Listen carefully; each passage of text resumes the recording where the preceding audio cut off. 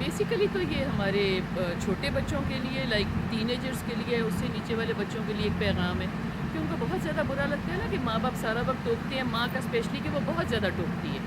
اور پھر جب ہم بڑے ہو جاتے ہیں تو ہمارے پیرنٹس مزید بڑے ہو جاتے ہیں،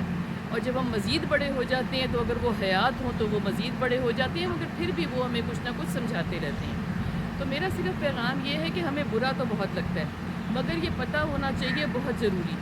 کہ جب تک ماں باپ زندہ ہیں نا تو وہ کسی اچھی بری چیز سے ہمیں منع کرتے رہیں گے۔ ان کے جانے کے بعد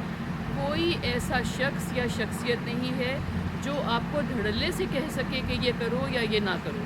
اس کو مل لو، اس کو دے دو، اس سے رک جاؤ، اس سے کر لو۔ یہ صرف انہی کا کام ہے۔ اور میں اپنے بچوں کو بھی ایک بات بہت کہتی تھی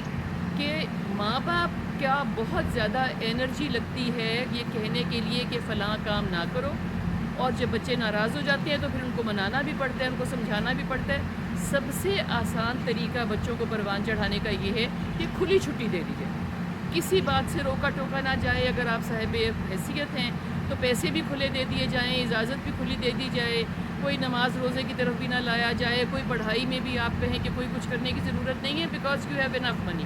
بیکاز آپ کو کچھ کرنے کی ضرورت نہیں ہے، اس لیے کہ میں نے بہت کما لیا ہے، تمہاری آئندہ کی زندگی آسان گزرے گی۔ کبھی کوئی یہ سبق نہیں دیتا کہ یہ جو آسان زندگی تمہاری ہے